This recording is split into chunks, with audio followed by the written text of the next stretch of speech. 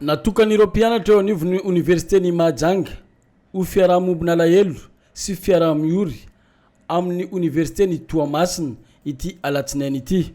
Tsy mianatra araka izany ny mpianatra eto amin'ny université-ny Mahajanga androany tontolo andro. Eto izahay mpianatra ny université de Mahajanga dia miarahory amin'ireo namana izay nisy favoazana izay voatifitra tao anatin'izay fitakiana nandritra ny fotoana izay tao abarika 5 ao anatin'izay zavatra izay ho marika ny solidarité n'ireo mpitondra mpianatra rehetra maneran'ny Madagasikara dia mombona nahelo ary mampionona ny fianakaviana ao anatin'izay favoazana navoan'ny mpianatra namanay tany Tamatavy izay. Ao anatin'izay ihany koa nefa nyty androany alatsinainy ity dia natao andro tsy anarana mba ho marika ny firaisankina ao anatin'izay université eto Madagasikara izay, zany hoe journée morte androany ho fampatsehivana na ihany koa fanamafisana ny fifandraisana samy mpianatra eto amin'ny université de Madagasikara. Dia fanampin'izay moa zany ny angatanay amin'ny mpitondra fanjakana mahefa mba hanokatra fanadihadiana ao anatin'ireny toetraraza iseho tany amin'ny université Ravavy izay tsy aiza moa zany fa tany amin'ny université Barika 5 izay.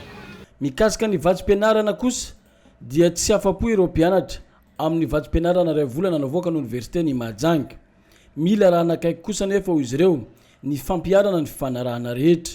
Ankoatr'izay, ilaina ny fanatsarana ny université indrindra fa trano-piatrahany mpianatra. Satria tonga ny 1 mois zay tsy nahafapo zahay, tsy afapo zahay amin'iny bourse 1 mois iny satria tsy nangatanay teto.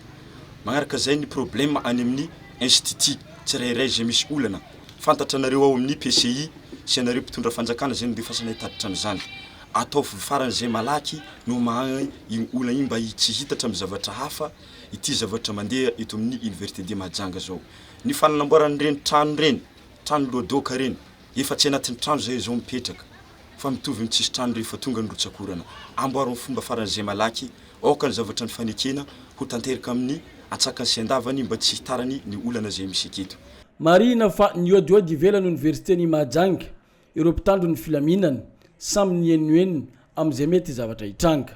Nilamina amin'ny ankapobeny ny université eto Mahajanga araka izany. Rapitso Talata mo miverina mianatra ny mpianatra rehetra.